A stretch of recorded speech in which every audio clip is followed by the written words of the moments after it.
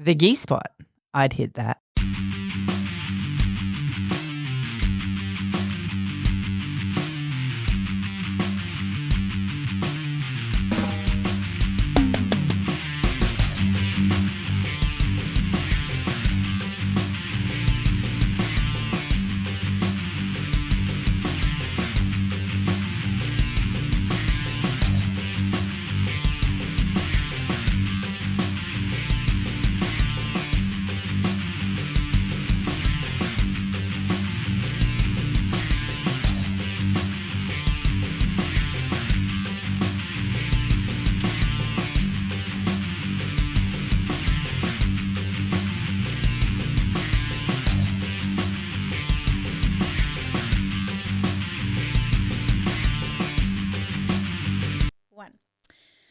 Welcome to the Gi Spot podcast. My name's Rachel Bradshaw and I have a black belt in Jiu Jitsu.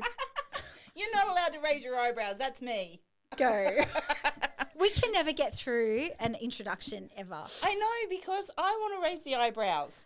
It's my thing. Hello, I'm Kaz. I have a purple belt in Jiu Jitsu and I'm not raising my eyebrows because you took all my fun. Welcome. Hey. How are you? I'm good. How are you? Such a weird start to our episode today. I think they just get weirder. I think so too. I'm still loving this though. Yeah, I'm a me bit too. of a fan. Yeah.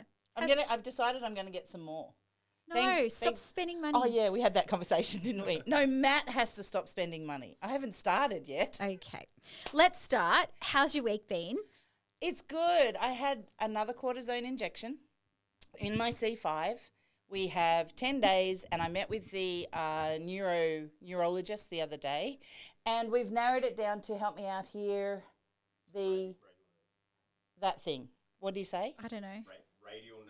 Thank you, producer Matt. A radial nerve. My radial nerve, we think, is trapped. Right. And so I have more testing on the 30th, but other than that, all the surgery, everything looks like it's all tracking really well. And hopefully by May, I should be given the all clear and everything should be fixed and resolved. And amazing, because it's been about a 12-month journey now. It's been exactly 12 months. So I lost the left-hand side, my arm, April last year. This all started. So it was when my injury went critical.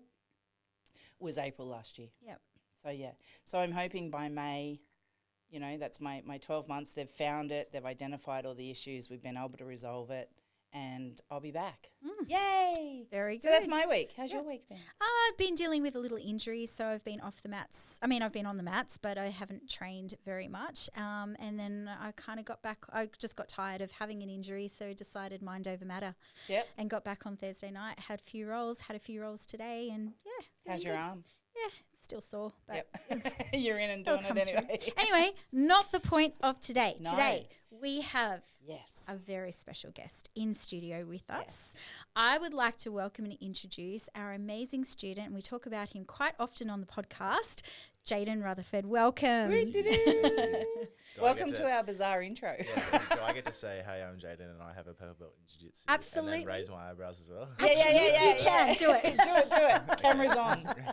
I just did. I can't. Welcome. How are you today? Very good. Very Yeah? good. Just finished training this morning, so feeling great. How was your rounds today? Good. It was an epic mat It was. this morning. Very Lots of people high in? level. Oh, yes. Huge. Yeah. Packed. Huge. It was really good. And like heaps, you know, Saturdays, it's Saturday for those listening at home. It won't drop on a Saturday, but it is Saturday today.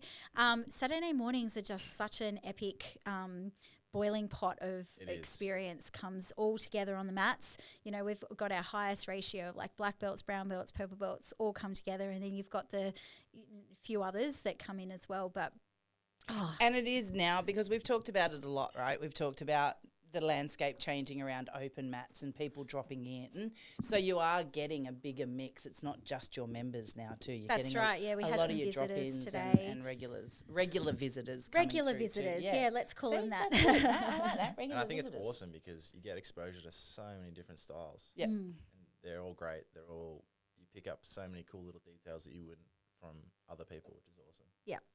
So we're going to get stuck into it today. You're here for a number of reasons.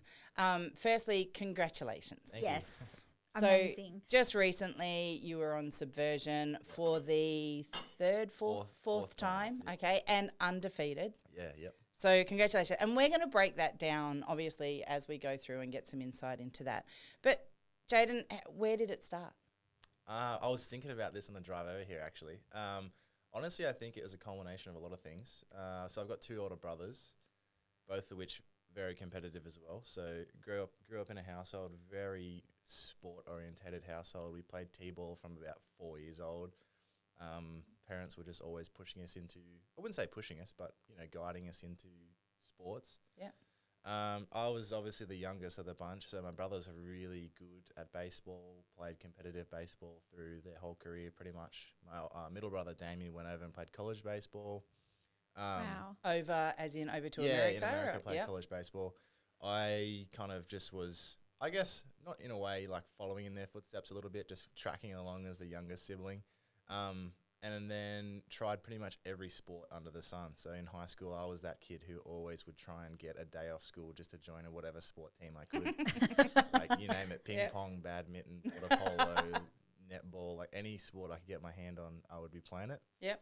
And then, I guess the culmination of that, being competitive with my brothers, always wrestling, always, fighting, being teenage boys, Roughhousing, yeah, right? exactly. Just I'm sure you know what it's like. Yep. Yeah. And then transitioned into playing like rugby league. I actually played American football for a couple of years. Picked up a few injuries through that, and then eventually transitioned into CrossFit and started training CrossFit for probably about 5 years. Okay. Then COVID came around, and my brother and I actually went out and bought a whole bunch of equipment to train at home while COVID was on.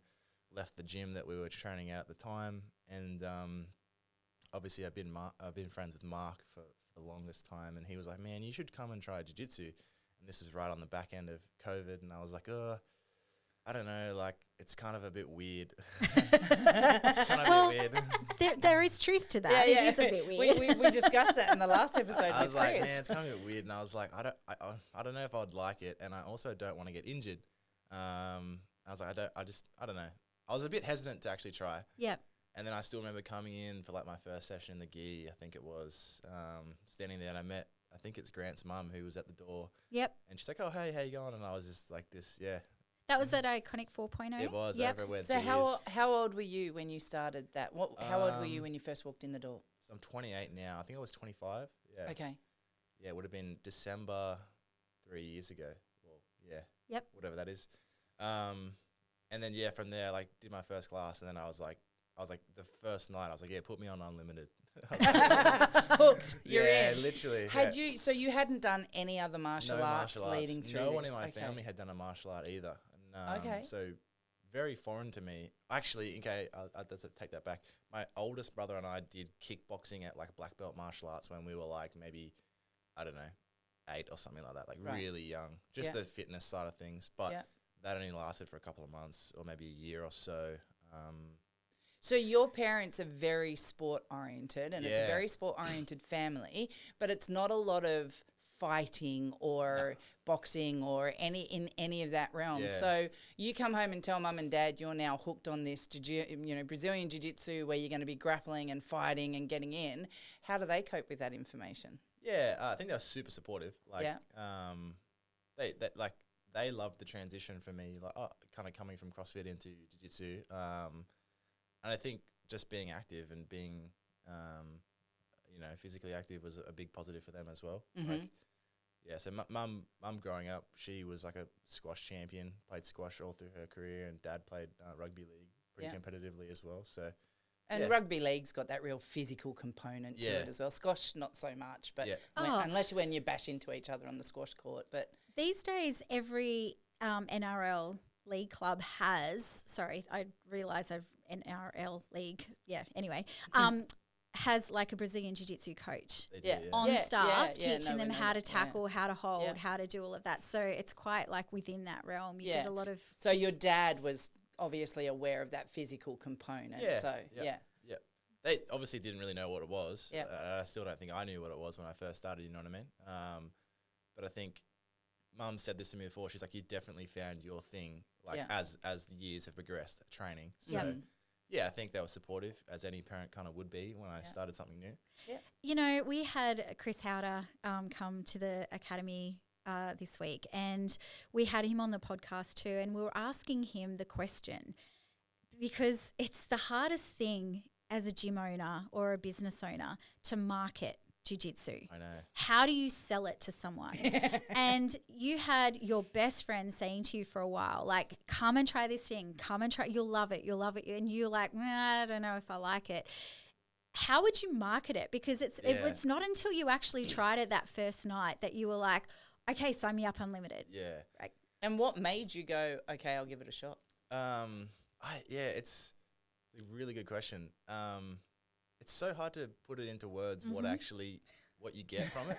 But for me, one big thing that I really liked is I came from like the CrossFit background where it is very focused on training as an individual sport, because you're training by yourself essentially, but you're training with all the people that are super supportive around you. Yep. And it's very different to like a Globo gym where you're just training with your hoodie on or whatever. But in a CrossFit setting, you've got people around you, you're super close with them, you're friends with them, and that translated very well over to jiu-jitsu for me. And I really like the camaraderie that you have with everyone on the mats.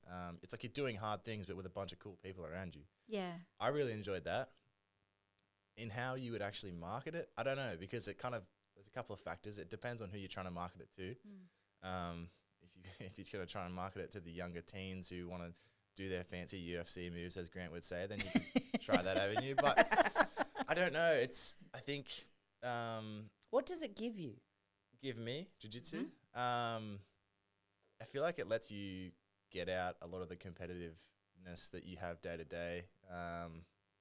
I don't know. I really love just being able to test myself both physically and mentally at the same time. Being able to use your physical attributes and also being able to use your brain power to actually try and beat someone, which is super cool. It's very different to lifting or, as you say, CrossFit in that way. You know, I've done CrossFit too.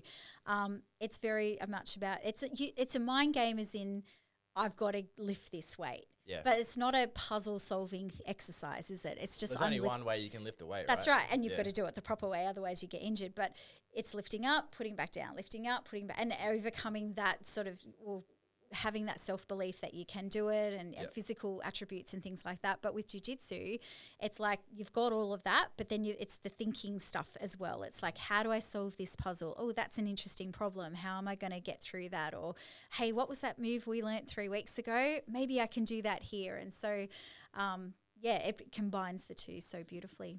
Another big thing that I just thought of off the back of that was the skill development. Like it's endless. Like the endless skill development that you chase from jiu-jitsu. Like you think, oh, I've kind of got that move down pat. Then even like today when Johnny was showing that weird back take from the back of the class, and I was like, what is this? Like, it's that endless skill development for me is really, I love that any black belt you listen to, whether they've been a black belt for a year or 40 years, they all say the same thing though. That learning component never stops. Yeah. There's always something to be learnt on the mats from other people. The journey just never ends in that regard. Whereas you can master so many other things, it seems like jiu-jitsu is not one of those things that you'll ever actually master. You are forever the student. And something that else is really, really cool is that as adults, we don't tend to go into many situations where we're back in the classroom. And I think that's what jiu-jitsu also gives us, is that like learning thing. Yeah, absolutely. Keeping that brain fresh in that learning new things. Like, it almost keeps you young in that mental aptitude of that learning I would component 100% agree with that. Yeah. Oh, how do you feel at 28? You know, like that meme? I'm 28, but I feel great. And it's like a 67-year-old. When you wake up on a Saturday or Sunday morning, you're like, now you feel 52. I can empathise. It's okay. No, 100%. I think learning is I think it's a subjective thing for me. Like I don't think about that I'm learning. Like I don't think about I'm actually learning today, or I don't go in there thinking I'm going to learn something, but then I come out of it and I'm like, oh wow, I just actually picked up three new details that really could I implement or whatever. Yeah. So that is a massive part of it. Yeah. I really like that too. Can I ask, I've noticed, and I've never done CrossFit. I know of CrossFit and I know about CrossFit. Matt got into it for a while. But Rach says quite often that she loves it when CrossFit people come to the gym because they gas out immediately. Yeah. And you sound like you were quite involved in the CrossFit section. Did you find that when you came into Jiu-Jitsu? Did you think that you were going to come in and be able to just get through it and last no problems at all and then realise it's a completely different beast? Yeah, it's completely different. I never had the mindset that I was going to come in and smoke anyone. No way. Like I was coming into something new. It's like me going into CrossFit. I never thought I was going to go in and just outlift the guys who'd been there training for 6 years or whatever. But in saying that, yeah, my gas tank, I felt very fit coming in, very strong, very fit coming in. And then like I was like, what the hell? This is so different.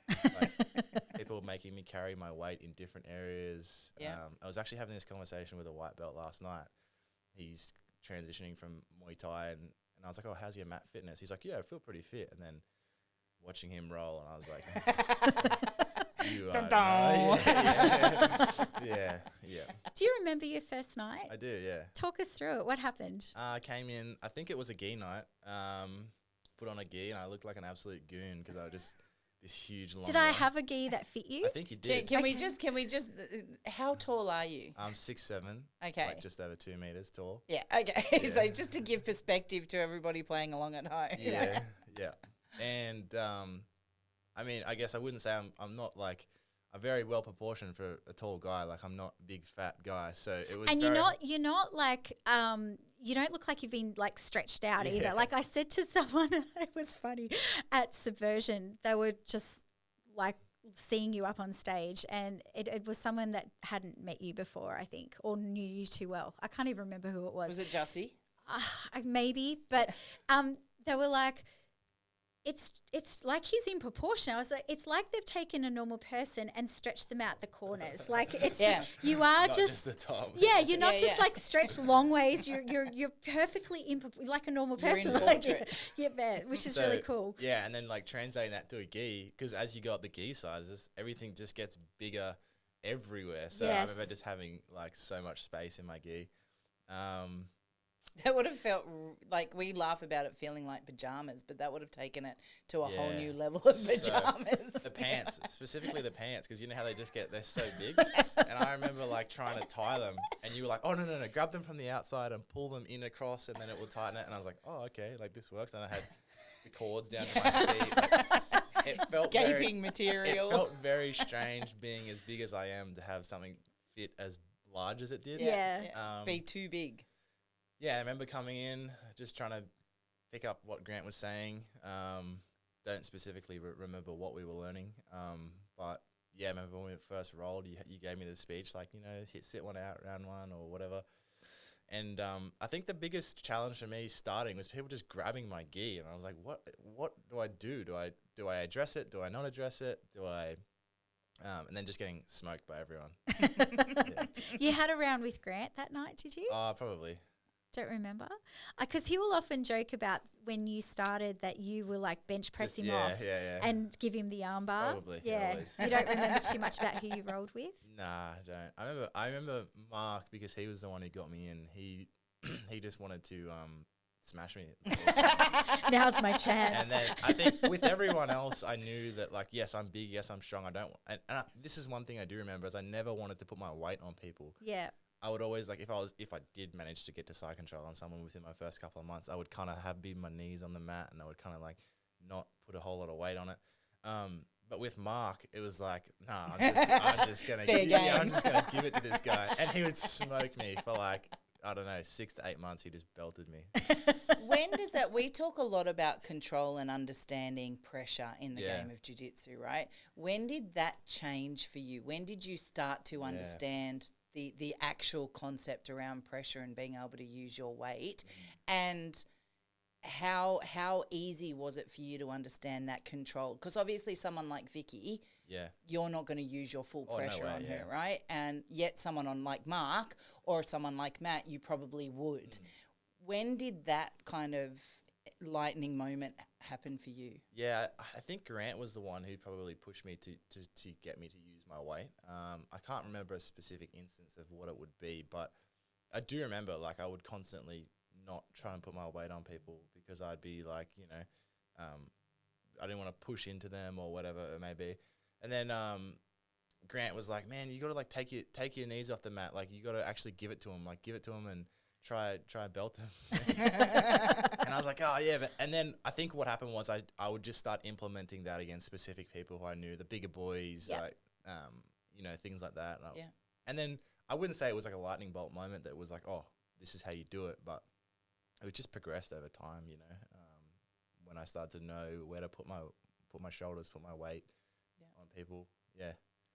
I have to say that I don't think you ever walked into the academy with any kind of ego behind you of being like, I'm bigger and stronger, I can just bash everyone. Yeah, no. Like from day one, what really stood out to me about you was your insistence on learning the technique and learning it without using or relying on that component. And I think that's why your jiu-jitsu is so beautiful. Yeah. Because you are super technical. You learn like a little person, and then when you need it, you add everything else in. Yeah, I think that's the correct formula in my eyes, right? Though I think I train in the gym a lot now. I try and do conditioning outside the gym, strength training and all that, but that's not to use that first and foremost in jiu-jitsu. It's more to supplement it, And it keeps you injury free, Yeah. doesn't it? Yeah. Helps with recovery. Correct. And yeah. But I think, you're right. I think there's like Grant talks about it as well. Like it's longevity in the sport as well. Like when you get older and stuff like that, you're not going to have all the attributes you do have now. So I'd rather try and gather as much intel and technique as I can to use that rather than strength and attributes. What do you do outside of jiu-jitsu? What's your career? What do you do? So I'm a project manager and I work in construction. Mm-hmm. So I work for my brother's business. It's just a small construction business. We've only got 3 employees, me being one of them. And we just do commercial buildings, remediation projects. And I look after a bunch of projects for them. And is that a lot of sitting down at a desk kind of work for you, or are you out and about more? Very mixed bag. Yeah. We also do a fair bit of works on the tools as well where we can. So a bit of a 50-50. Like some days we'll be in the office doing paperwork, tendering projects, quoting projects, ordering materials or the like. And other days we'll be actually on a site with the trades and jump in, grab tools, help out, do what we can on the site as well. So it's a bit of a mixed bag. Okay. Depends on the project. Yeah. Okay. And I'm assuming in construction, I've got a lot of friends in construction, and it's high pressure. There's, there's good days, but there's also can be really bad days as well. How does jiu-jitsu play into your world around career pressures or other pressures in your life? Like, what do you take from it that gives back into your other areas of your life? Yeah, I think it's just the stress aspect of it as well. Like I heard someone talking about this the other day, but it's like, you could have a really bad day at work and then you think back and you're like, well, it can't be as bad as when that big bloke was smushing my face into the mat in jiu-jitsu. You know what I mean? Yeah. I think I'm a pretty calm, level-headed guy as it is as well. So jiu-jitsu, though, is massive in terms of just, like, stress mitigation for me. Like, I feel like as hard as the days you have, you've always had a pretty shit day on jiu-jitsu.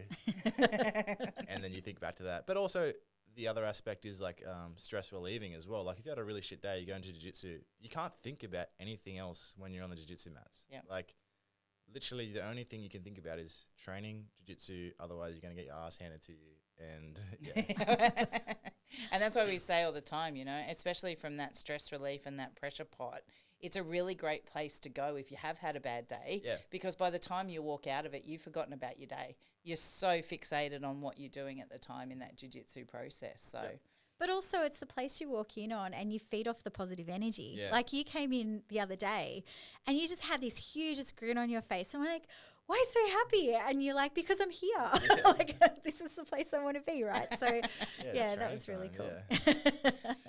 Hey guys, sorry for the interruption here. We just wanted to shout out to all our Central Coast and New South Wales listeners. One of our great mates has started a new business, Central Coast Supplements. Damien's a great guy who also happens to be a veteran. And as you guys know, My Broken Productions and Iconic are huge supporters of our veterans and first responders. So we'd love to see you guys get behind this awesome new business. If you're looking for protein supplements, healthy snacks for the kids, or just all-round better health options for the family, check out Damien's website, centralcoastsupplements.com.au. And guys, make sure you remember to use the discount code GISPOT. That's GI space SPOT. GISPOT at the checkout. Now, where were we, Rach? So let's talk about you. You find jiu-jitsu, you're hooked, you're all in. When did you decide you wanted to start competing? It's a funny story, actually. I remember it was like one of the prerequisites that I said to Mark. I was like, yeah, I'll come and try it, but I'll never compete. I wish you had to put money on it with him. He would have been a winner by now. Mark says, like, holds me that today, like, almost every day. He's like, bro, remember when you said you were going to come and train and you were never going to compete? And I think the first comp we did was at Grappling Industries. What belt were you? White belt. Okay. So it was real early in the piece. Yeah. Well, in saying that though, like when I started training, I was training like 5 days a week, 6 days a week. I just threw everything at it. I remember it was like over the Christmas holidays, and you guys were doing like 2-a-day sessions. Like And Sam Sam was coming in with me, and we were just doing every session we could get our hands on. So yeah, in terms of a time frame, it was very quick, but I also feel like we progressed quite quickly because we were training so much. Yeah, I think it was maybe a couple of months into the first. And in all your other sports that you had done growing up, had you been a competitor or had you just been a player? Yeah, I think I was a competitor. Okay. Yeah. So it is in your genes. It's in your DNA. You do like to compete. That's the thing, though, with other sports is that you have training day and then on the weekends you compete. Yeah. It's competition day, right? So it's sort of unique to jiu-jitsu that, you know, you can treat it as a martial art and you come in and you just do it as a hobby and you can do your whole career like that. Or you can treat it like it's a sport where you come in and train and then when the competition comes up, you go, right, I'm entering that competition. See, it's funny. I never thought about it. So I played soccer for years and years and years. I never thought about soccer as we trained during the week and then we'd play on Saturday. But in my Taekwondo years, my competing was not what I benchmarked back to a Saturday game of soccer. Right. It's just different for me in that regard. Yeah, it's actually a really good point. I never thought about it that way as well. But the thing that was also different for jiu-jitsu is it's an individual sport. All of my sporting career, I guess, was a lot of team sports. Yeah. So I never really had that aspect of individual sport. And the other thing as well, like what you talk about, with like a weekend sport, you're playing every Saturday. But then with the jiu-jitsu comp, you might not go into a jiu-jitsu comp every month if you're really competitive, every 3, 4, 5, 6 months. So it can feel like a big thing. Yeah, it can feel like a much bigger deal. Yeah, that's right. Yeah. Okay, so you're gearing up for your first competition. What goes through your head in that as a newbie? How did you get yourself ready for that landscape? I don't even know if I was ready. I don't even know. I just remember dive in. Yeah, literally just threw my name in the ring, and I was like, I remember Grant having the speech, like everyone should compete. We had a pretty good crew. Went down there, maybe like, I don't know, 10, 12 people who went down. And yeah, I remember rocking up. Didn't really know what to expect. There was so many people there, and I was like, whoa. Watching some other people compete, and I was like, oh, cool, this is pretty cool. And then I remember going out and having it was a gi match, my first ever gi match. My parents both came and watched me. I just remember the adrenaline dump. Yep. How did that feel? It was insane, like nothing I've ever felt before. Hey, I don't think I've ever had an adrenaline dump like that. And then walking off the mat, and everyone was like slapping my back because I had won. And like, great job, like you did so well. And I was like, I remember like passing through the crowd, just like get out of my way. I could barely speak, and I sat on the edge of the wall, and I was just like sat there for a little bit, and then it hit me. Oh, you've got more matches. Like you just won. You got to keep going. Yeah, it was wild. It's crazy. Yeah. So in terms of like preparation for it, wildly different to what I would do now. But back then I was like, I don't know. You train, you get ready and go and compete. I don't know. Dive in and do it. Would you have done it any differently, hindsight? Probably not, because I didn't have the knowledge, you know? Yeah. I didn't know any different. So to anyone who's thinking about doing it, just jump in? Yeah, 100%. 100%. Like, win or lose, like, you're going to get data from it anyway. You're going to learn what you did wrong, what you did right. No one's going to hold you to it, unless you're, like, one of our close mates. We'll give you banter for it. But no, like, no one's gonna be like, oh, you lost that white belt comp on your first day. No one cares. Yeah, and I think the earlier you get into it, the better. Like, just jump in. If you like competing, mean, I love competing, so I was like, yeah, cool, get into it. I think go for it. Yeah, you've got nothing to lose, really. There's a lot of like learning that takes place. Like there's two ways of looking at. When you win, it's really cool, and you can walk away going, okay, I did everything right. You probably think less about the wins than you do about the losses. Oh, Yes. for sure. It's win or learn. Yeah. Yeah, correct. Yeah. So when you actually lose one or something doesn't quite go to plan or whatever, then you'll really unravel it. And that gives you a lot of stuff to then play with and bring back to the mat and train and learn and 100%. grow from and all of that sort of cool stuff. So there really is no downside. No. The only downside would probably be if you copped a little injury. Yeah. That would be the downside. So, yeah. Are you still training like 5-6 days a week? Is that Yeah, still? at the moment, work's been a little bit hectic, so been here, there, and everywhere with work. So, but yeah, essentially, yep, pretty much training full time as much as I can. I have to say, we joined Iconic nearly 2 years ago, and obviously you've been there longer. And when we first met you, you were lovely. You were just that gentle giant from day one. You were polite, you were courteous, you were very lovely to my children. As we have progressed, you've obviously formed more of a bond with my kids, and I watch you roll with them. And it is hilarious watching these. You know, my kids aren't little by any stretch, but they're little. comparatively. Well, no, they're all taller than me. So Yeah, but they wouldn't be 60 kilos running No, wet. that's exactly right. But watching them, it is literally like watching Mercury move around when you're rolling with them. You have this unique ability. And I don't say this lightly because obviously I'm very protective of my children. And you know about the Rats, the group of guys that we're close with who all have this innate ability with my kids. And I watched you the other week in a roll with Willow, and I've seen it a few times. And you can always tell when my kids are with their favourites because there's this giggle or, you know, Scarlett gets in this bendy, bizarre thing. And you, for your size, for your ability, even for your age, you have like almost an old soul when you take on those kids because you don't let them win. You don't let them have it easy. You don't do nothing. You still challenge them. But you have never, ever, ever hurt them. You've never done anything wrong. Like your mindset is just on that entire role. I think that's a maturity well beyond, you know, your age, let alone experience, etc. on the mat. So kudos to you for that. But where does that come from? I don't know. That's a good question. It was funny, like when I remember rolling with Scarlett the other day, and we were doing a closed guard round, and I had my legs locked around, and I had so much leg locked around her. And she was trying. She's so tiny. Yeah, like she could have turned around 10 times with my legs. And she was, you know, I could tell at the start she was a little bit hesitant, like she was a little bit closed off. And I said, "Are you even trying yet?" And she just cracked this like evil smile, and then, like you could tell it was kind of on. Yeah, so I think it's about having like a good, fun, friendly banter around as well. Yeah, especially I love doing that with Willow as well. Like, you know, just if she's almost got a position or something, I'm like, "Oh, you're almost there. You almost got it." And she's like, "Shut up." Like, you know, I don't know. I think it's fostering a little bit of a safe environment for them to not just feel like they're going to get smashed, but also give them a little bit of like banter to bring out that competitive edge. Because I know for me, that's like if someone tells me I can't do something, I'm like, "Oh, you're gonna get it now." Like, I'm gonna try, you know.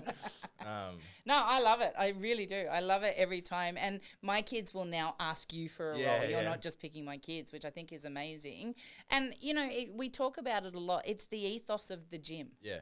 Sure. You know, so the fact that, and it comes from leadership and it comes from the ownership and all the rest of it. But for people out there listening, what do you get out of it when you're helping, when you're giving back in that realm? What are you getting out of it? I don't know, it's so fun. Like, it's so fun to see them, like, I don't really, when I'm in the moment, I guess I'm never really thinking about giving back or anything like that. But, like, for me, I'm just having fun, you know? Yeah. Like, I'm just having a good time. It's funny as hell watching them trying to pass my legs, and I just like flick them off into the air or whatever. Yeah. But that's funny to me. And it doesn't seem like it's a waste of time for No, you not though. at all. Like, No, not and at I all. think that's the biggest thing that I want to get out there. Like, you're still taking something from it, right? I think for me, like one of my biggest things with jiu-jitsu is like it has been getting quite serious lately, and people keep asking me like, what's next, and I'm like, to me, if I'm having fun and I'm still passionate about it, I'll just keep going. I don't really care about the accolades or whatever it may be, but for me, it's got to be about having fun. So as much as like people hate rolling with me when I'm prepping for like a Subversion match or something like that, because I'm just in a bit more of an aggressive, like serious mode. Yeah. I think it always got to come back to me to having fun. Yeah. That's one of my biggest things. You are just emulating. We had Connor on the podcast like a month ago, and he's been training since he was 4. Yeah. And he's gone through ebbs and flows of like his passion for jiu-jitsu, and he seems to be really back at the moment, and he's training a lot more. But he was sitting there going, for him and for when he's teaching the kids, it's just got to be fun. Yeah. And if it's not fun, why are you doing this? Yeah. My opinion of jiu-jitsu as a coach and my learning has sort of changed over the years. And I started it with that very much like, I'm here because it's my exercise. Like basically when I very first started, I was here because of my exercise. Then I kind of switched around purple belt, and I was like, it's good for self-defense, and we all need self-defense. And why would you not, have something that you could save yourself with if you're out? And lately, like it's flipped again to being like, we have one life. That is it. Why do it? Why spend our time on earth doing something that we don't want to do? Like, make sure you enjoy it. So many people take this way too seriously. Yeah. We're never going to get out of it alive, so you may as well do something that's super fun with your time. Yeah. And if we can keep jiu-jitsu fun, why not? Yeah, 100%. And, look, we have had such an easy journey with our kids in this space. It is mandatory for our girls. I stand by it. It will be until they're 18. But we've been so fortunate because they enjoy it. Yeah. And they get there and the giggles, and they do have fun doing it, and they always have. So, it would have been a harder journey if it had been the reverse, but we have been fortunate in that regard. So, and it's fun for us too. It's a nightmare for me, but it's fun. It's a fun nightmare. Yeah, when you can actually get on the mat and train. Yeah. I hate sitting in the bleachers. I'm such a petulant, spoilt child. I just pout. Like, whatever. Enjoy the roll. Go away. Yeah. Have you had an injury? Yeah, multiple. So prior to training jiu-jitsu, I played American football, dislocated my knee cap when I was in high school. Oh, that's not fun. It was pretty brutal. Dislocated that, did like 3-4 months of pretty intense physio when I was in high school. I think I was like year 11. Got it back to a point where I was like ready to start playing again. A bit of context, when I was playing American football as well, I was kind of trying to align myself to go and play college football as well in America. Okay. Yep. So that was kind of like the plan. And then I dislocated it again at school playing footy at recess. Oh, no. And from there, I spoke to like the physio surgeons, and they were like, look, if it's happened twice, it's probably like a higher risk of it continually happening. So got a pretty wild surgery when I was like 17 years old that kind of changed the structure of my knee a little bit. And this is kind of why I was hesitant to actually even start jiu-jitsu. But yeah, so that was prior to jiu-jitsu, came in with a bit of a dodgy knee. And then during jiu-jitsu, what have I done?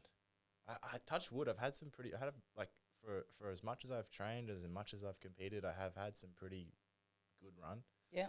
Until Central Coast Open last year. I think it was like April last year. I did my PCL, LCL, so outside of my kneecap, in my right knee, in my good knee. Oh, shit. Bugger. Did it, like a grade 3 tear, which was pretty wild. How did that happen again? Because it didn't look like there was a lot in it. It was pretty, it was crazy, to be honest. Like, I watched the footage back quite a bit. It was in a bit of a weird leg weave position where he was trying to, like, not so much bowl low, but we were trying to, like, counter force, and the force was just going straight through my knee. Right. And then watching the footage back, my knee just went punk and just popped. Right. At the time, I felt the pop, but no pain. Yeah, I remember. And I was like, I felt weird. And I was like, that's a bit weird. And I was like rubbing it, and I felt weird. It was actually lucky that when it happened, we were just off the edge of the mat. And then the ref kind of just pushed us back to the edge of the mat, kept training, kept competing. It was in like the second match of the day. I remember you came up to me and you're like, "Are you okay?" And I was like, "Yeah, it feels okay." You gave me some Panadol and some Nurofen. And some properly wrappy gel. And I think you were there as well. And you're like, do you want some strapping tape and stuff? And I was like, no, it feels fine. It was just a pop. It feels fine. And then I went and did like 8 more matches that day. And not quite so I remember going back to the beery after we had a feed and stuff, and it felt okay at the beery. I was like, all right, see you guys. Got up. I was like, just like, it was like a. So once you'd cooled down. Yeah. Yeah. Went and got a scan and stuff, put me in a brace. So how long were you off the mats for? I think it was like 3 months. 3 months, yeah, which is pretty rough. Yeah. Talk us through that. So what I did was, because I love training, I actually have a strength and conditioning coach. Shout out to Strength Wide, Jayden. He's like my main man. I spoke to him and I was like, man, I can't do any leg stuff. What can we do? And he's like, do you just want to get an big jacked upper body? I was like, fuck yeah. Hell yeah. Yeah. Let's do it. So literally just transferred from 5 to 6 days of jiu-jitsu to 5 to 6 days of upper body at the gym. And yeah, like 3 months we just worked like upper body stuff. And then towards the back end, we were obviously doing our rehab and stuff. And then Yeah. And are you the kind of guy that then goes into video mode and starts watching all videos of jiu-jitsu, or did you just shut down and go, all right, I just got to put it over there? I really struggle with long form jiu-jitsu content. Like I have dabbled in like, you know, the DVDs and John Danaher instructionals and stuff, but I just can't focus for that long. I feel like the best way that I learn from jiu-jitsu is hitting successful reps of things. Yep. So if I've learned to move and then I hit it successfully in a roll with some resistance, then I'm like, oh, that's how it felt. Yep. Yes. And then I can recreate that feeling. So you're tactile. Yeah, Yep. yeah. But watching content and then trying to put it into the way my body feels is a little bit tricky for me. So I don't really, I'll watch like reels and stuff, but watch this move and try this and maybe it'll plant a seed, but I never really try and emulate long form content. So in the 3 months you're off and you've shut down, you're not training, you're not really a part of it, are you frightened that you're regressing? Is there any thought process to that, or you just don't? Not really. No, he's getting jacked as. Yeah. You can say it, jacked as fuck. Yeah. Nah, He's going to come in and just manhandle everyone. That's right, yeah. I didn't really think about regressing, you know. And I guess at that stage, like I guess I took it seriously, but I still didn't really like. I'm not like trying to go out there and win world championships and stuff. Like that would be cool. Don't get me wrong, but it's not off the table. Yeah, I wasn't like, oh, I have a window that's losing, or I was like, I just want to keep my mind and my body active. I want to keep training in some capacity, whatever that may be. So I'm fortunate that I could still train at the gym. Yeah. I think it's so important, you know, for people to get this in their head, is that when they cop an injury, they don't have to just stay at home on the lounge and watch Netflix and chill. Do you know what I mean? Like you can do something, whether it's come in and just be part of the community and be part of a group of 3 and just do what you can and sit out or whatever, or switch it for something else that's going to be helpful to you. Going for walks, or, you know, if you've got a shoulder injury, go for walks. If you've got a leg injury, go into the gym and work bench press, you know, always bench and curl. There's a time and period for stuff where you've got to sit. And we get that. We're all very much aware of that. But even after my neck surgery, I was still back with JMac as quickly as I could. We were literally counting down the weeks before I could get back to JMac and work with him as well. So Absolutely. yeah, you've got to keep moving, because that's what keeps the blood flowing, the oxygenating through the body and the mind clear. It gives you that ability to process instead Probably of helps you recover so much quicker. Oh, absolutely. Yeah, very much so. How's the mental game for injury for you? I think that part in it as well. Like, it sucked not being able to train. And I think, honestly, the mental game for me when I was injured was the worst, was just not seeing all my mates. Like, I was thinking about this the other day, and I spoke to Mark and Sam about it. I was like, we never really organised to hang out, really. Like, we just turn up at jiu-jitsu on a fucking Wednesday night and we're hanging out. You know what I mean? But it's like, it's not like you have to go, oh, hey, man, like, do you want to hang out on Saturday night and we'll go and do this and that? It's like, we'll just turn up on it. We send one message like, hey, who's training? Yeah, all right. And then we go hang out. So that aspect was really hard. Like, it sucked. But then it was good that I just transitioned into going to train at the gym, because I was like, I'm at the gym. You still got work to do. You can still train. You can still lift. You could do whatever. Albeit it's just you're doing it solo, which is not the best, but still, I think. And also for me, like when I get home from work, I'm like, all right, it's training time. I've always had that. Like I'm getting home, I'm going to go train at the gym. I'm going to go train jiu-jitsu. So like I had to fill that space with something. And I think the gym played a massive part in that. Yeah. It sucks because I wanted to train, but you can't. No, that's exactly right. And the fact that you acknowledged that and rerouted it so you didn't go down a dark path mentally, feeling like that caged cat. Yep. And I got caught in that for a while, and Yeah. it's not a fun place to be. It's a really hard place to be. Isn't it weird when you are so in routine, when you have a night off or you have a week off and you're at home at 6 p.m. So weird. and you're like, is this what normal people do? Yeah, we come across that every so often and have that. And, you know, for me, spurgy as fuck, don't mess with my routine. And so when you do, it's like, the world's burning down. I don't like it. There's news on at 6 o'clock. Yeah. That's so weird. Yeah, It's weird. But don't watch it though. The world's burning down right I'd now. So rather let's not actually. watch the news. I actually not don't. happy. You know, during COVID, I think coming out of COVID when Australia had that issue with news,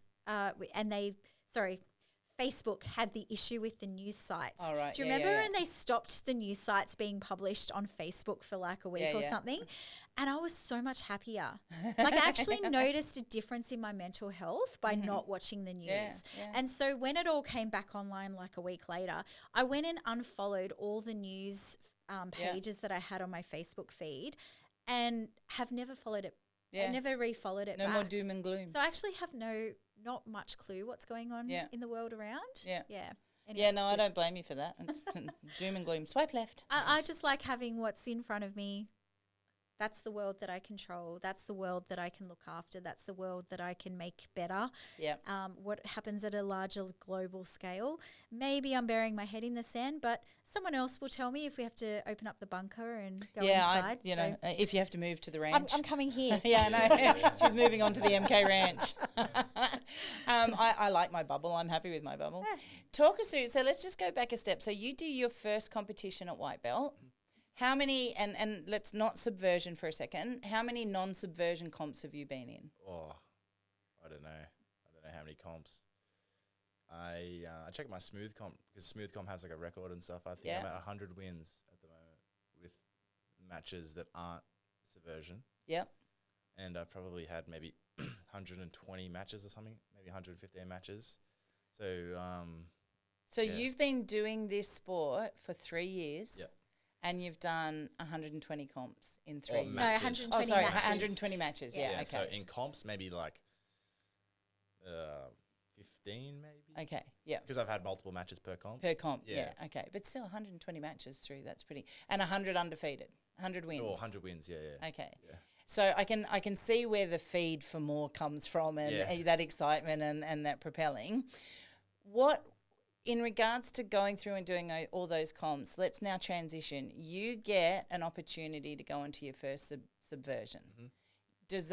Is that like a lightning bolt moment for you? Is there a difference for you in that regard? At that moment, is it just another comp? How does that work? It definitely wasn't another comp because I was like, this is real time. Like I need to train specifically for this. Yeah. Whereas I think for a regular weekend comp, I was just training in the classes, training with my mates, training normally, I guess. And then when you know who you're up against, when you know the opponent, you're like, okay, well, we've got to try and work something to beat them, you know? Yeah. You can't really do that when you have multiple competitors on a weekend. So, I guess that changed a little bit. Also, one of the first things that came into my brain was like, my friends and family are going to come watch me. I don't want to fucking lose on a stage. Like, I want to train to win. Like, So it's a different level of pressure. Yeah, 100%. Yeah. And I'd never done anything like that before. Yeah. You couldn't tell you ever walked up on a stage where I was the spotlight. That's crazy. Like, Yeah. so training for that was just to train to win, really. Yeah. So it made it a lot more serious. That was the first time that I actually thought, oh, well, this is actually serious. Because prior to that, like, I would just train I'll train and I'll just do the competitions, and it was more for myself. Like, I'm just training. Yeah. I like competing. I'll just compete. And people are like, man, like, you should do this. You should try for subversion. I'm like, like, I don't think I'm that good. Like, I don't think that I've got that. And then when I got the message and like, hey, you want to come try it? I was like, oh, okay, like this is, maybe I am that good. maybe this is a little bit real. Yeah. So what changed? What changed? And you mentioned that you know who you're up against, so you start running the analytics against that, right? How does that change in your training? You're not just going in and doing the classes anymore. I still was doing as many classes as I possibly can. But the mindset changes in the class? Yeah, so I knew the guy that I was versing was a monster of a man.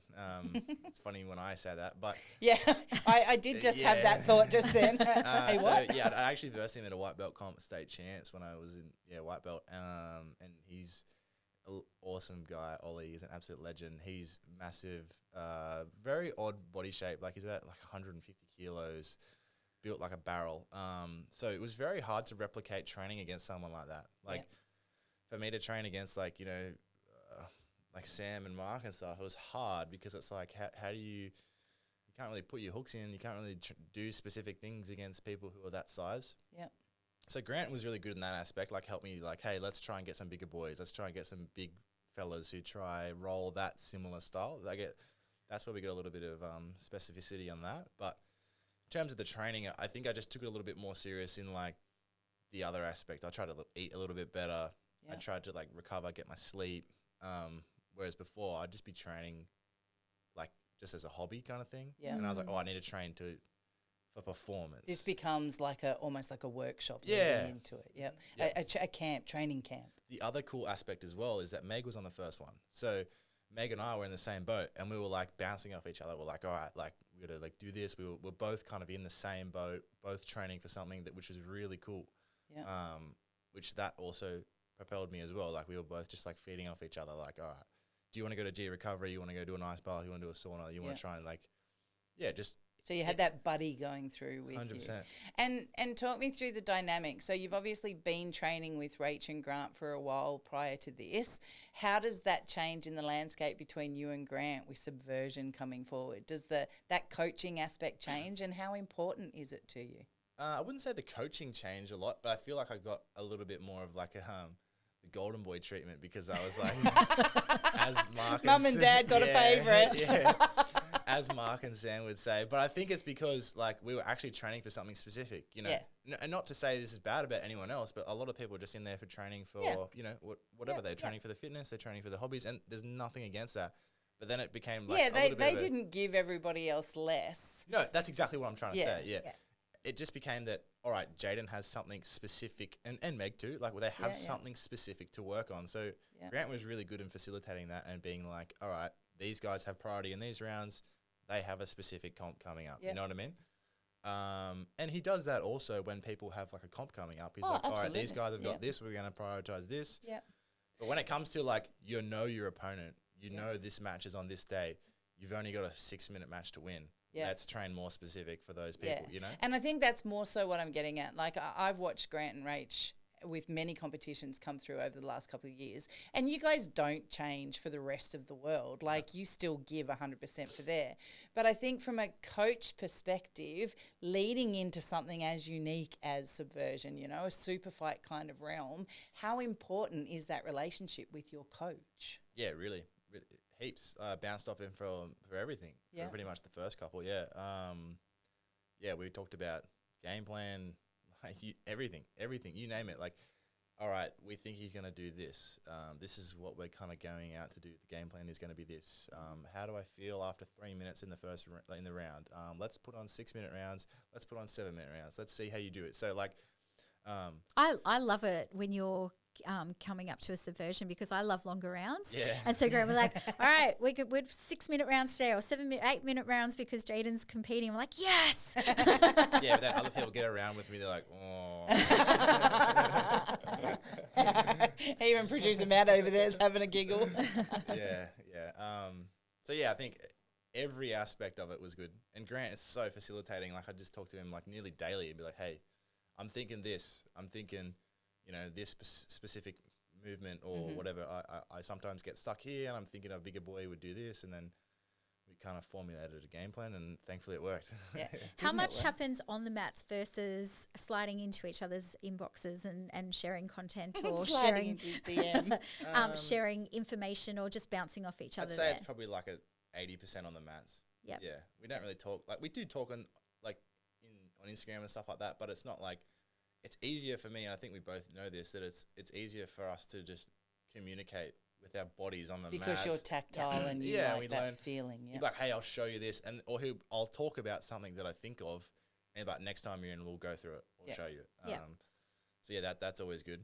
And obviously, like Mark and stuff have been heaps helpful with that as well. Like, I'm like, hey man, I'm thinking of like this. Have you done this? And just good to bounce off him and get the perspective as well. Yeah. So mates rallying around is pretty important too, right?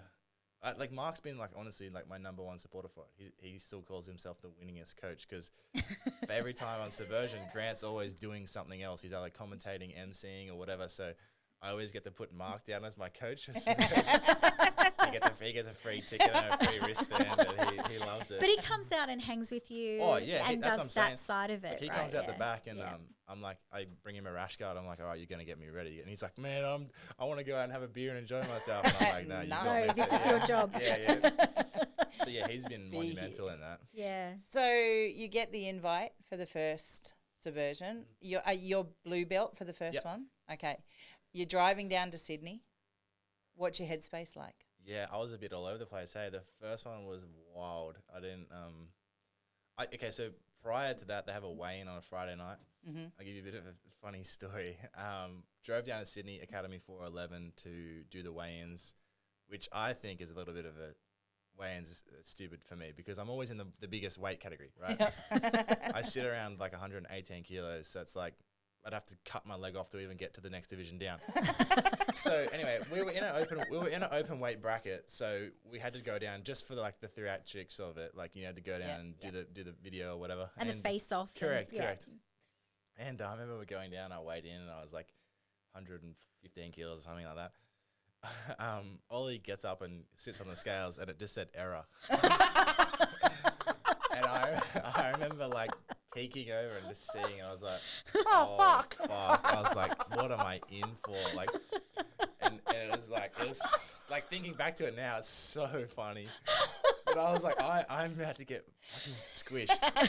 And yeah, it's awkward, but it was cool. It's cool thinking back now because you have to go and you have to walk out and you have to face each other. And like me and him were just like goofballs. Like he's the funniest guy. So we were just looking at each other in the eyes and we were just smiling.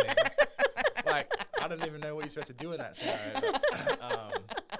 But that was funny the first time. Then I remember driving back and be like, okay, that was fun. Like, it kind of gave me a bit of energy. Then driving down to the actual Subversion, I remember we had to get there at like 4 o'clock for the, get in before the crowd, go out backstage, do a rules meeting and everything like that.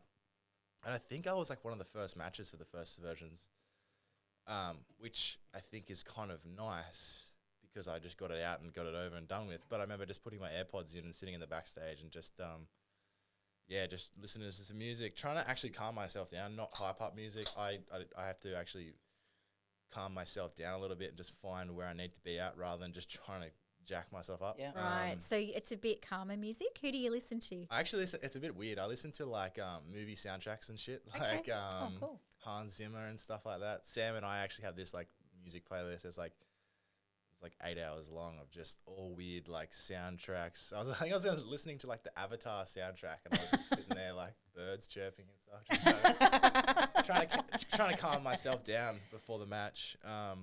But it's good that you've got that insight, right? Because I think it really is a split 50-50. Some people need that hype up. They need that adrenaline to be push. Whereas if you are in that high intensity, you do need to bring that down so you're not burning all the energy before you get out there. And I think it was really good for me to build a lot of data on how I like to, like what plays into that prior to competition, because I don't think I did a whole lot of like warm up really. I stretched, dynamic stretching and stuff like that, but I never really did like a round. Now the last couple of Subversions after that, I really feel like I've dialed that in a lot better. Like I'd get someone out there specifically to just try and beat me up. We're just trying to get my heart rate elevated. Yep. And then we kind of cool down for at least 10 minutes prior to the match. At least I've got a little bit of a sweat on.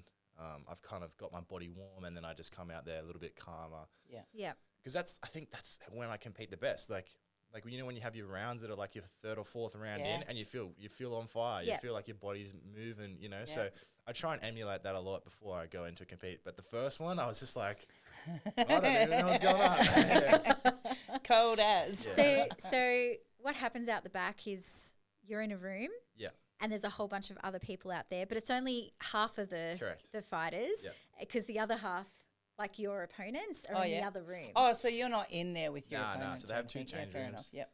Like A and B or whatever. yeah. Then you've got all the competitors that are on like red corner, and all the competitors on blue corner.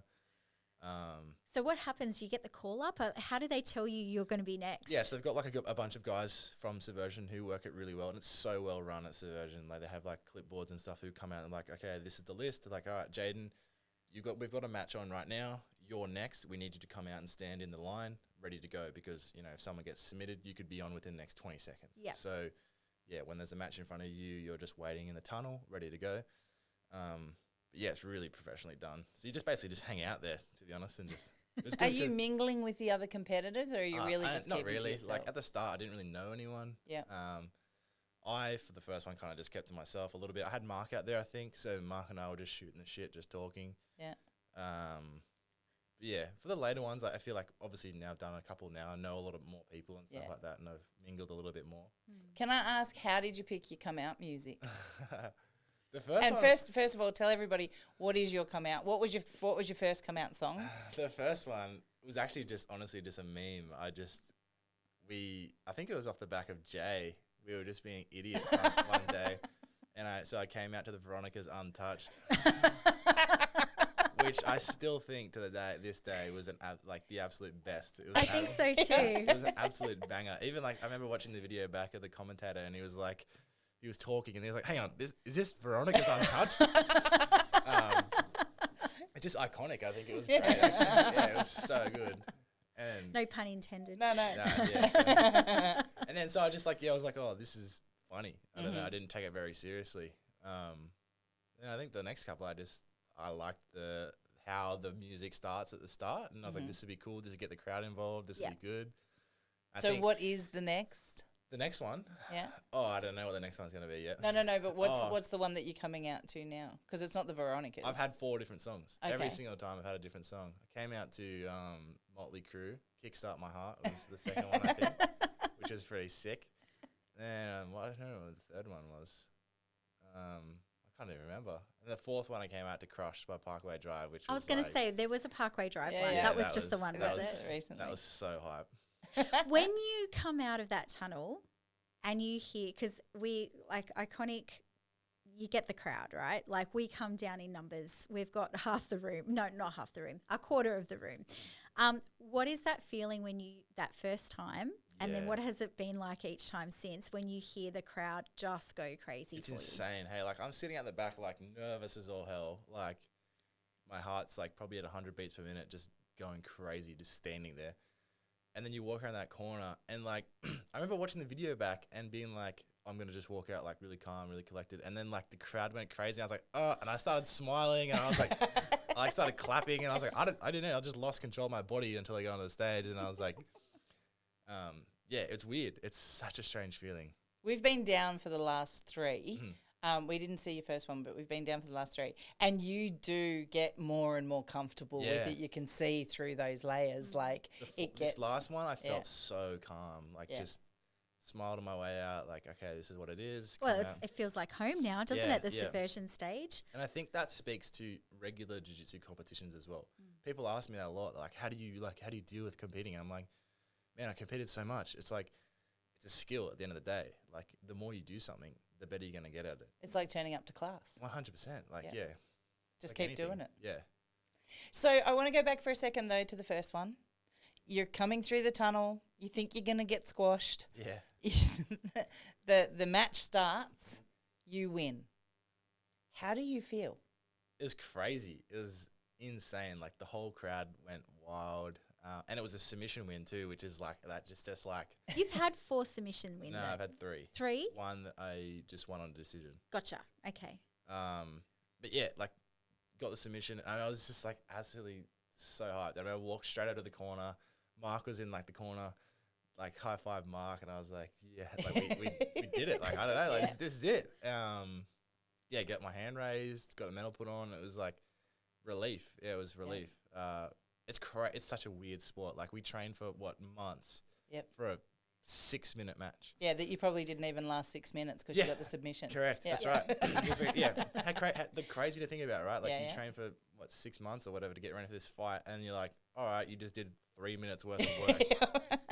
It's like that meme that's going around. It's like Usain Bolt, trained for 9 years to run 9 seconds. Correct. Yeah. Yep. That's it. That's That's the right. same thing. Yep. And exactly. and that goes back to that marketing question. How do you explain that to someone? Yeah, that's you right. You train all this time to just have a 3-minute match. Yeah.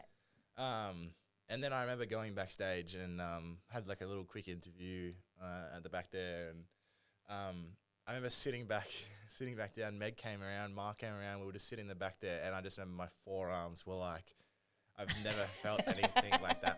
I remember I have a video of it, and I'm like, my forearms, and they're like, what are you talking about? I'm like, I can't feel them. Like they were just so like jacked. And I was like, oh my god, I've got like so much blood in there. I couldn't. Yeah, it was so funny. Did you do your rear lift and dump? Not against Ollie. Not against Ollie. He threw me down to the ground a couple of times, ended up getting on top and got a Kimura. That's right. I remember. That was so beautiful. But the game plan against him was, because I did have the height advantage, was just to try and break his posture down with collar ties and get him moving. I knew I had a little bit more athleticism than he did, until I could get him on top, get him on his back, and then work from there. And it kind of worked out that way. So that was the game plan that we came out with, and kind of executed it, which was nice. So the next day, are you hungry for the next one at that point, or are you just still on the high? And I wouldn't say I don't get hungry straight away. Nah, I fall back into that relief for a couple of days, like turn training fun. Yeah, because that also is a big part of it as well. Like the training prior to Subversions, as people who have trained with me probably know, they get pretty intense. Like I'm training specifically for things. I'm not letting people get positions. I'm not being nice, training around. Unless he's training with me. Yeah. You're always nice with me. I know, he picks up mum. I laugh about that all the time. And you know what? Like I have that mindset too for you in the lead up to Subversion. I'm always like, I kind of steer clear of you a little because I know that you've got those training rounds happening, but every now and then I'll just jump in. Yeah, for sure. And I think in my mind, I'm like, I can just bring the giggles. I can just bring the fun for you because it's very playful when you and I have it, because I'm under no illusions that you could just like flick me like a flea off you. But you don't. You're always super respectful in the way that you roll with me, and I always feel 100% safe with you, no matter if we're gearing up for Subversion or whether it's just a normal training night. But that's kind of like, this is what I bring to the table. I can just bring this like little bit of fun. I actually value that so much. I said this to the boys as well sometimes. I'm like, man, I just want Subversion to be over so I can just go back to just fucking around on the mats, just having fun, like rolling with Willow and Scarlett, like doing stuff like that. Like, because sometimes it does just get like, all right, you need to just, you're on all the time. And so like rounds like that are a godsend, like you can have a little bit of a relax, you can chill, you can. Yeah, 6 weeks is a long 6 weeks if all you're doing is just that serious, competitive, get it in, make it happen. So and like there is specific nights, like the Tuesdays, Wednesdays, Fridays for me are like you're gonna go hard. But like if I come in on Monday or whatever, and I'm like just rolling around. Yeah. But keeping it light. Okay, and so tell us how Subversion works. Do you approach them and go, I want another shot at this? So you've taken the win on the first one. Yeah. You're a blue belt.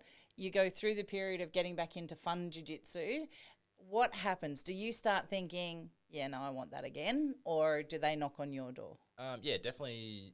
When I first started, the way it was supposed to work, I guess, was they had Subversion trials. So they hosted a little event, and you'd have to compete your way through, and then the people who won the event, like the two finalists, would then verse on Subversion. Oh, yeah. I really wanted to get into that because I would love to try. I'll try it. But they never had my weight category. It was only I think the biggest they had was like a 90 kilo under or something. So could never do that. The way I kind of got into the mix was I was competing a lot, doing a lot of the competitions, and George, who runs a lot of the promotions and he runs Jiu-Jiteros, I had a really good comp, and I think I got like quad gold on one of the comps. I won like all my divisions, gi, no gi, absolute. And then, got a message from him. He's like, oh, would you want a match? And then from there, I was like, obviously, we brought the crowd, right? Which also plays a massive part of it. He's like, hey, man, like, we want to get you back on. Do you want to have another match? Got some other guys, like thinking about some other guys. And then from there, it's just been, they just reach out and be like, hey, we got this, we got that. Yeah. Do you ever see a point where you're done with competition? Not right now. Yeah. Not No's fine. No's fine. It's like, what? No. Just no. It also circles back to being fun and passionate, right? Like, I'm enjoying it so much, so I'm going to keep it going. And where does keep it going go? Like if That's a good question. A lot of people have asked that, and I don't really have an end point for me. Don't know if it's a good thing or a bad thing. I'd love to keep going. I'd love to I'd love to compete on some of the other promotions as well. Like, there's some other cool promotions around Australia that would be sick to go and do. What about international? Yeah, I would. I'd love to do international. The jiu-jitsu scene, however, is just to pay your own way, you know? Yeah. You've either got to be so good that you get invited onto these crazy shows and go and do them. Yeah. Or you got to kind of pay your own way to go out there and kind of build your reputation, build your brand, build your whatever, to get out there and get put onto the shows. Yeah. So that's a little bit tricky for me. Like, at the end of the day, it's still a hobby. Like, it's hard to justify being able to drop thousands of dollars to just go and have time off work and go and compete overseas. Yeah. For the like right now, I think I'm gonna aim for nationals in Melbourne in August. I want to go and compete there and do that. I've got a match next weekend on Grapple Mania, so I'm keen for that. And then Central Coast Open at the end of April as well, kind of the three big that I've got right now. Yeah. But the end goal, couldn't tell you. Keep having fun. And that's actually more than okay. Yeah, absolutely. Because things will just fall in your lap as you go. And probably things that you couldn't even imagine right now. You know, if you stick with this and you keep going and you keep just putting yourself out there, doors will open for you in ways that you probably haven't even thought of yet. Yeah, well, even like thinking back to like when I first started, I was like, I'm never competing tomorrow. It's like, you just won 4 subversions. Like, what the hell? Like, yeah. That's like Grant saying to me, we're never doing more than 2 nights a week. Yeah. No. Never say never. Never say never. So if we run the comparison between your first subversion win and now your 4th subversion win, where is your headspace in all of it? What was the journey? How is it different? The first one, it was just like just diving into the unknown, right? Like, didn't know what I was in for. The 4th one, I was like, okay, I've been here before. I've done this before. It took a lot of the elements out that were originally very daunting to me. Like, the crowd and stuff were very daunting. And that when I first started, like when I was out on my 4th one, it was like, yes, they're there, but they don't really play a part into what I have to do. I've got a job to do. I have to go out and I have to compete. So it was kind of like, you're more experienced. You're going into just competing. Yeah. The first one, I was like, everything is just an unknown. You're going out there into, no man's land almost. And does the crowd affect you in the role? Like, I know that Grant's very good at beelining on his instructions and so very polite when he's doing it. Oh, the whole good girl, girl. But he does say please and thank you. Thank you, sir. Can you hear him over the screams and the okay? He has a very commanding voice. Yeah. A very commanding voice. Yeah. And he loves to coach in a way that's not only going to be helpful to his athletes, but he's also entertaining for the crowd. Yeah. Have you noticed that? Yes. Like, he's very dualistic that way and clever. Yeah, and I think like training with Grant for whatever 3 years, and we know each other, like, and he knows what I do, what I don't do, like the way I move, you know. So we're at a point where he can be like, I don't know, like I think there's been some competitions where he's been like, Jayden, put your right hand. Oh no, remember that competition? It was a Jiu-Jitsu's. I was in kind of like a head and arm position, and he literally taught the Keza crush. That crushing position. Yeah. And we were just joking around with it like a week before. And I kind of had the head and arm position like ready to transition. And he goes, Jayden, go. And I just looked at him and I was like, and then like I just literally just turned into it. And I got this guy and I crushed him and beat him. and it was like a remote control. That's It was insane. I'll find the video. It was so good. Like, and I think that speaks volumes on just how well we know each other as well. Yeah. Yeah. Sometimes it is very difficult to hear what people are saying. Yeah. Well, not so much what they're saying as what they're trying to convey. Yeah. They can say, "I'll put your right hand there," and I'm like, "Why? Why would I do that?" But then he might have a different perspective. He can see something that maybe you can't. Yeah, no, I get that. Yeah, you and Grant do have a really beautiful bond, I think, as a coach and an athlete, but also, you know, as friends and things like that as well. But knowing your coach, knowing your athletes, and knowing what to say when and how to say it, you know, is such an so important part. And a big skill set too for both the competitor and the coach as well, to have that understanding and that layer and that trust in each other as well. You know, it's a very important part of the process in any competition, in any sport too. So like I mean, look at the white belt sometimes when they like Grant's like trying to convey like oh, move you there, and they're like, I don't even know what you're talking about. I don't know what my left hand is. Yeah. This one. So hey, don't laugh. I still do that. I think it plays a bit into the competitor as well. Like, you need to know what your coach is trying to tell you as much as what they are trying to tell the person as well. Yeah, that's right. And have that equal trust both ways. Yeah. Very much so. Okay. Oh, hang on. Before you go on, I just wanted to say, when you've become so comfortable at Subversion, which is so beautiful, and when you come up onto the stage and when you have your win, and I love how you, like, the crowd is literally screaming, and then you're like, more. And I'm there and I'm screaming so much. I've got to sit down because I'm going lightheaded. I'm like I'm about to faint if I scream anymore. Okay, sit down. 1, 2, 3. Stand back up.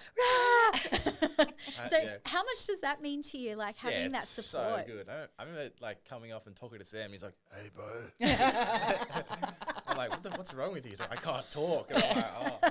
We were screaming. And you're up there going, more, I want more. Yeah. It's so hype. Like, it's like nothing you've ever felt. It's like everyone is there for you, supporting you. Yeah. And it's like, it's just, it's an incredible feeling. And just like all the comments from just everyone at Subversion is so cool, so nice. Like, people you might just barely know come up to you like, "Man, that was sick. Like loved your performance." Yeah. People in the bar line are like, "Hey, bro, that was so cool watching you do that. I've watched your Instagram videos," or whatever. Like, it's just, everyone is so supportive. It's an amazing atmosphere, and even from a non-jiu-jitsu perspective too, because your last match was, I bought my girlfriend who's not had anything to do with jiu-jitsu her entire life, and still walked away going, phenomenal vibe, amazing atmosphere, still got no fucking idea what's going on up there on that stage, but the people were just awesome. Yeah. And that speaks volumes for a night out, you know. And this is a 50-year-old woman who's partied pretty hard her whole life. So for her to say she's coming back for the next one, that's high kudos. I say this a lot to people because they're like, "Oh, I didn't know if I'd like come watch. I don't know what the fuck was going on." And I said, like, it speaks testament to like how well the Subversion boys put it on, because the rule set is geared to spectator viewership, right? Like, they want to put on exciting matches. Yeah. People want to pay to go and watch cool stuff. No one wants to see just boring jiu-jitsu. Stall jiu-jitsu. Yeah. So I've said this to like my friends, my family. I'm like, "Bro, come down. You would have an awesome time regardless. If I lose, if I win, like if you go, you don't know what's going on, you still understand the overall enjoyment of the atmosphere." Yeah.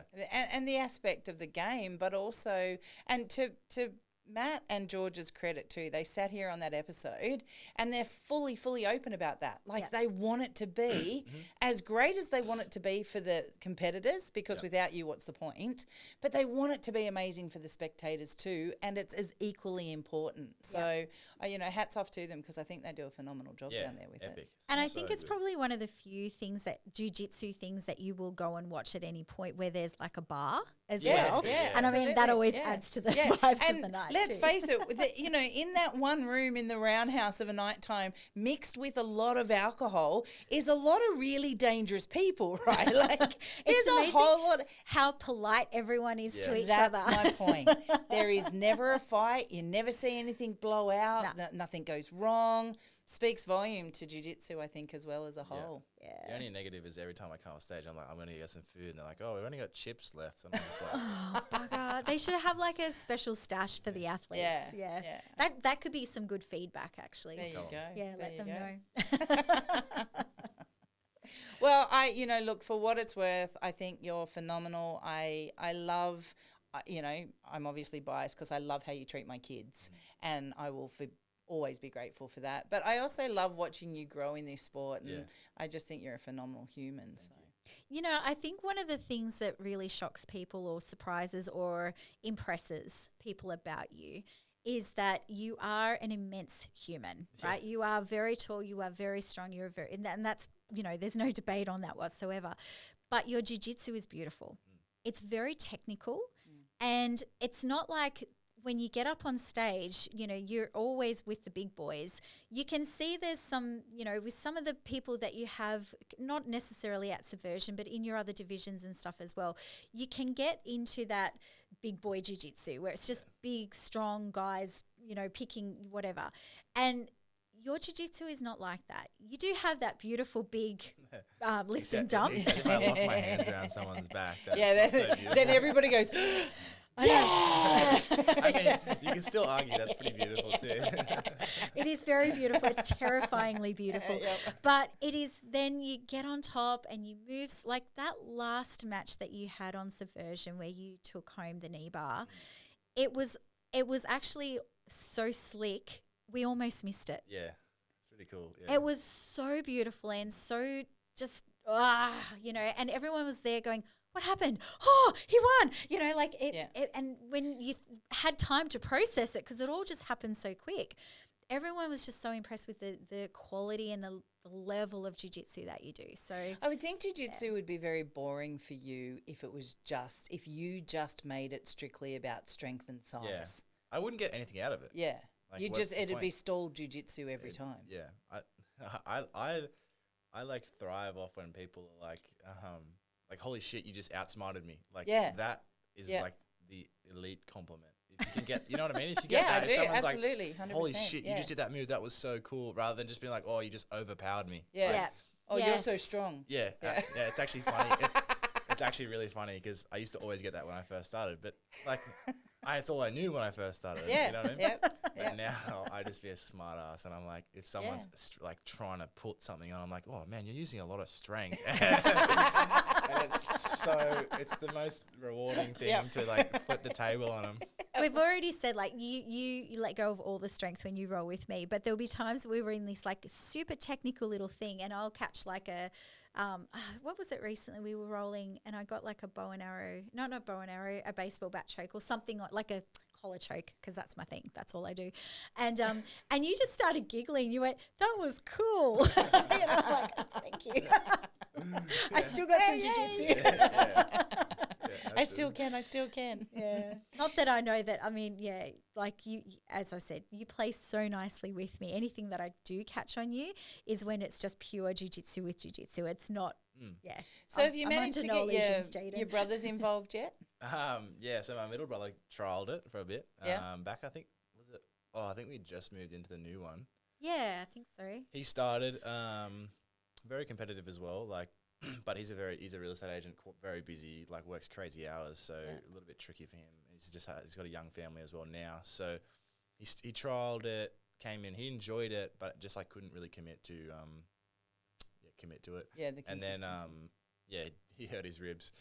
Oh, that was one of the other injuries that I forgot. I popped my rib. Yeah, that's right. That was your promo photo for Grapple Me. That was good. I like that. How did that end up as the promo photo? You with the green whistle? They said, "Oh, send me a photo of you," and I was like scrolling through my photos. I was like, "Oh, this would be pretty funny."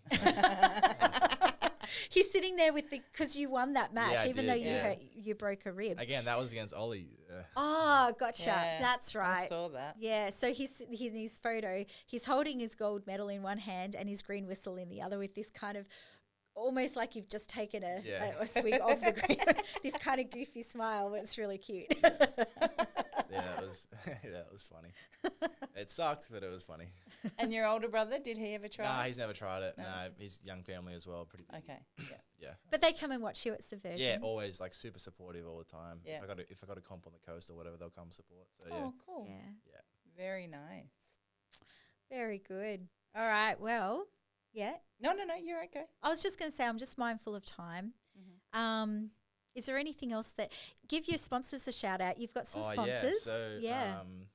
first and foremost, like Jayden from Strength Wired, we actually went to school together.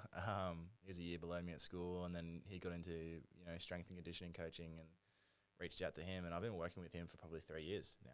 Maybe So what's his business name? Strength Wired. Okay. It's And his, he's on the coast? Yeah, he's over at Erina. Very highly recommend. He's so good. And he's helped you a lot with rehab and stuff like that. Yeah. Like he's like messaged my physios. He's like, hey, like I heard Jayden's injured. Like, what exercise have you got? I want to program stuff to help him, and he'll go to the end of the degree to help me out. So he's been always in my corner for strength and conditioning. He's been absolutely epic. Highly recommend. If any other athletes out there who want to, improve their strength and conditioning for their desired sport, he does whatever. So would recommend. G Recovery also is just Jason and Bridget have been super supportive to me. What does G Recovery do? So G Recovery, they've got their recovery facility, one at Berkeley Vale, one at Erina. They've got saunas, infrared and both traditional saunas, ice baths, compression boots. I try and get in there when I can to get in the ice bath, get in the sauna, and just give my body a bit of a refresh. So they've been so helpful for me. Bridget claims to be my manager. So Man, I'd let her. yeah. Honestly, I said this to Kaz recently. I was like, if I ever had to hand over the running of Iconic for a reason, like if Grant and I went away for 6 months or something to travel or whatever, that's one person that I know I could give her the key, I could give her the logins to all the systems. And full disclosure, Bridge and Jason do train at Iconic, and we all love them as man, humans, as couples and everything. So she's incredible. Full shout out to Bridget. Yeah, she is so good. She's always advocating for you should message them this, ask for this, or do this, and she's always advocating for more for me, and I think that's she's been. She's in your corner. She's always. Just unconditionally in your corner. Exactly, that's the best way to put it. Yeah. Them, and then I've got Get Some, who are a supplement supplier. They are a supplement redistributor of Jocko products. Okay. So Jocko is, I'm not sure if many people know, he's an ex-Navy SEAL, very motivational guy. If you're into podcasts, you probably know of Jocko. If you're into jiu-jitsu, you're probably into military. If you're into military, you know Jocko. Yeah. So you're in the right place because you've just hit all three. Funny story, actually, I was into Jocko for the longest time and listening to Jocko religiously prior to even training jiu-jitsu. So every time they talked about jiu-jitsu, I was like, oh, cool, but I couldn't relate. Yeah. Now listening to the podcast, I'm like, this is brings cool. a whole new feeling, doesn't it? Yeah. So they Get Some Australia. They are redistributors of all the Jocko products. They send me some stuff, and they have some of the best protein, best hydration supplements, best energy drinks. They're all really good stuff. And if anyone knows Jocko, they know that he's top tier when it comes to fueling his body. So massive shout out to them. And then Iconic Jiu-Jitsu, number one Jiu-Jitsu. Don't know if you know, but they do Jiu-Jitsu at just in case we haven't said it on every episode. Any other sponsors? One is in the works right now. Can't talk about it yet. Yeah, not 100% official, but big shout out to the couple of brands who've supported me on Subversion, actually. So I just want a quick shout out, Humble Fight, where they provided me some gear to wear on Subversion the last couple of times. And the most recent one, Hyperfly Australia, who gave me a really cool kit to wear on the last one. I don't know if you saw, camo rash guard with some shorts. It was epic. And Miranda did something on that. Yeah, Miranda from, I think it's Firebird Customs. She did the full, put all the sponsors and stuff on there. And it looked awesome. Yeah, it looks really so sick. I actually got so many comments, people coming off, and man, that rash guard is sick. It is. And because you are such a beautiful, clean cut looking guy too. Yeah.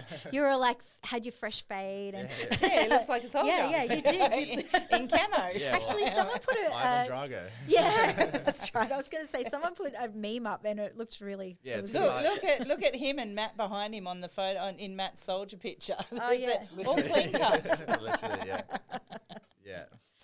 Awesome. Excellent. Okay, so still big things to come for you, no doubt, as we go through. And, I'm hoping that you'll come back and join us again as you go through a few more, and we'll just keep following your journey and keep shouting out for you. And absolutely. In your corner unconditionally. Yeah, I really appreciate that. And, obviously yourself and Grant have just been there since day one.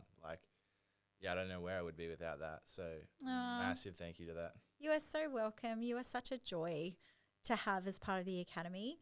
and in our lives and as a friend, you know. And I think about people that, you know, I know you travel a lot with your work, and when you do, and we've gotten some beautiful connections with academies that you've visited, and Synergy is one of them, and you've trained at other places as well. And but there's something really important about, and Grant said this on the latest podcast with him, there's something really important about having a home. Yeah, for sure. You know, and having that connection with your coaches and your jiu-jitsu family. And the trend at the moment is, you know, athletes coming up, they sort of go here, they go there, they go everywhere, and they don't really have that home, and they don't really have that coach that they have that relationship with. And I think if you look at some of the greats, you know, the GOATs in the sport, they have really close connections with their coaches. Yeah. Even beyond. Yep. So even once they've moved on for whatever reason or moved away or whatever, that relationship remains. Yeah, which I think's, you know, it's such an important thing. And I know Grant is so proud of you, as I am, of course. But you know, you work really closely with Grant, so sure. you know, as I said, we're both super excited to see. Well, you can't have the business without the pleasure, as he would say. This is true. And I am the business, and he is the pleasure, apparently. Hey, Jayden, I want to say thank you so much for coming over to the ranch today and joining us on the Gi Spot. It's been an absolute pleasure. And I hope for anybody listening out there, you know, take heed, take his advice, because you're never going to know unless you get out and have a shot at it. Yep. And you took the courage to get on the mat. So take the courage and have a go at competition, because I'm watching space. It's, you know, there is nobody for me, and it's probably past my opportunities, but for my kids coming up, there's not a lot out there in Australia. Actually, I just wanted to speak about that as well. I saw 2 special girls on the Grapple Mania card They coming up. are. They're coming this up weekend. on Sunday. Yes. Yeah, they're doing it on tomorrow, Sunday. actually. Yeah, it is. Yeah, we're heading down. Oh, I yeah, thought it's it was tomorrow. next. Okay. No, yeah, it's tomorrow. I'm on the next one, Grapple Mania. I thought it was on the same night, and I was like, I'm so keen to watch these girls compete. Are they in? Yeah, it's tomorrow for Mini Mania. Yeah. And they love competing, but there's just not the volume out there, and so they get scrapped a lot of the time. It's mainly because they don't have the competitors to go up against. Yeah, so that's right. I think big things will change for Willow. Yeah, this coming year. Into the because she's about to turn belt. 16, and as soon as she gets that blue belt and she's in that adult division, then I won't hold back. Yeah, no. Good. Her whole world's about to open up, right? So and then Scarlett's coming up through. It's just getting teenage girls on the mats, which is the hard thing. But very much. That's so. not really something that Jayden has to worry about. No. But you know, for everybody across the board. Jeez. Come on now. Sorry, I don't know where that came from. Anyway, well, it's kind of like that's kind of off topic. But everybody compete. Everybody compete. Hey, Jayden, every episode, in our home, in our life, we have an acronym HOPE, and it stands for Help One Person Every Day. And so at the end of every episode, we do a rip around and we try and think about what's one thing we hope people will take away from this episode. So we'll give you a couple of minutes to think about it. Rach, honey, what's your hope for today? My hope is that if you have a friend who is like, nah, don't want to do that thing, but you know that they would like it, maybe show them the little snippet of Jayden and Mark's conversation, right, where he talks about the fact that he was kind of like, you know, because as we've said so many times, it's really hard to market this thing. And you can tell people how it makes you feel. You can tell people what it is, or you can try and describe it. It's just so hard to describe. But it's not until you actually get in there and give it a try that you'll know what this is. And most people walk away loving it. Yeah. Most people go, I need to do this. The people that don't, it's usually ego. It's usually, honestly, even people who are a bit scared of people being in their personal space actually get over that pretty quickly too. Yep. It's more ego-driven personalities that don't like jiu-jitsu. Yep. Because they don't like to think for a second that they're not going to be good at this or that they can't actually fight.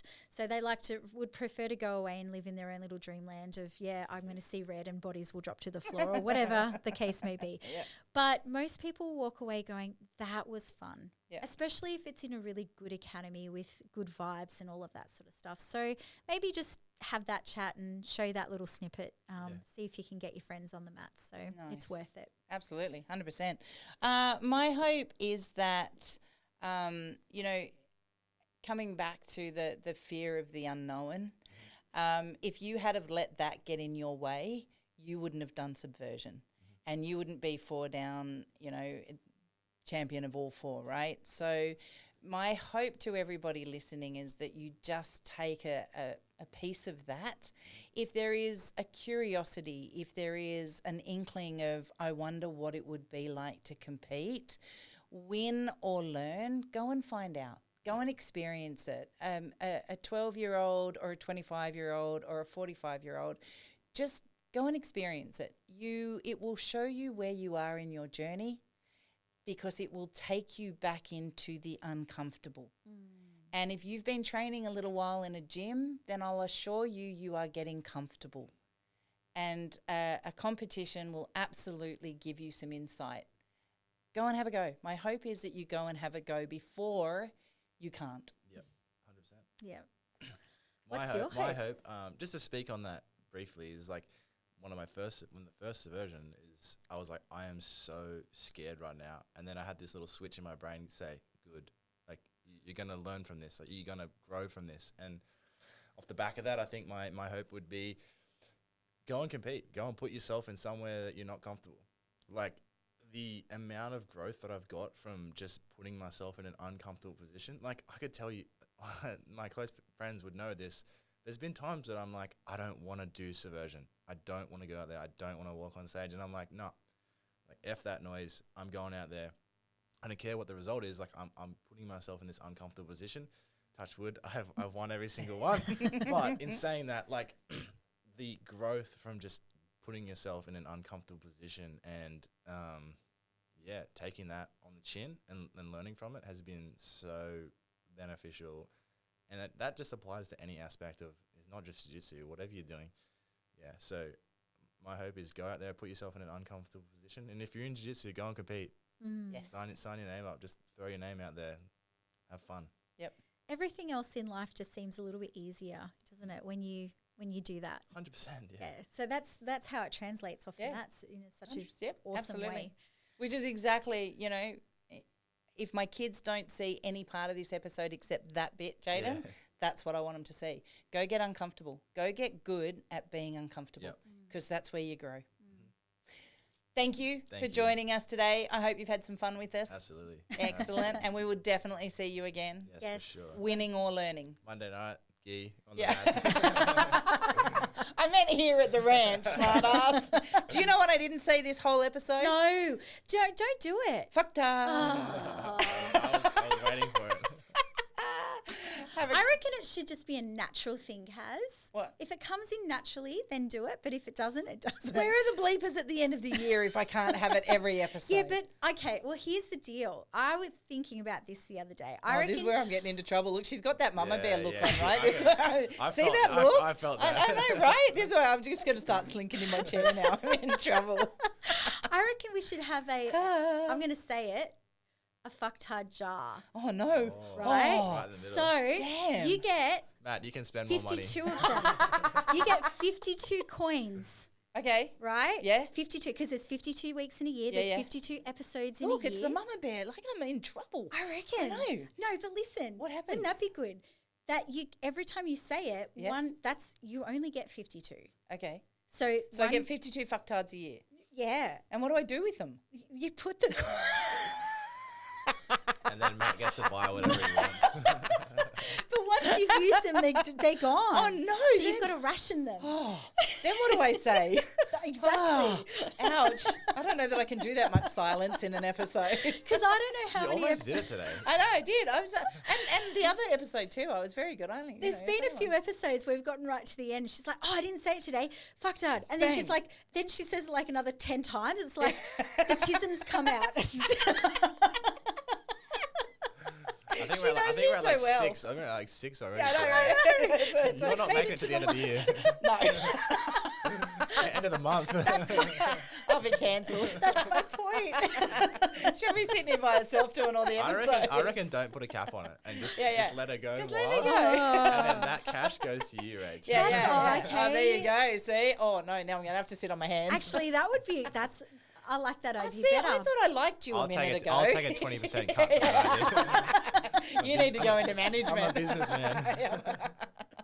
All right. Well, on that note, that was joyful. I really like that. We're going to cut that little snippet out and put it on the socials with beep, beep, beep, beep, beep, beep, beep, beep, beep, beep. If you've liked what you've heard today, please like, share, subscribe, give us the 5 stars, give us a comment, slide into our DMs. We really like that here at the Gi Spot. No fucktards allowed. No, we haven't had any. I know, it's been great. It's been great. We've actually only ever received really beautiful feedback and compliments and questions. It's been So, awesome. but do that. Send us your questions and we'll do some episodes on that. But until next time, Have a great week. have a great week. Thanks, Bye. Jayden. See you guys. Jayden.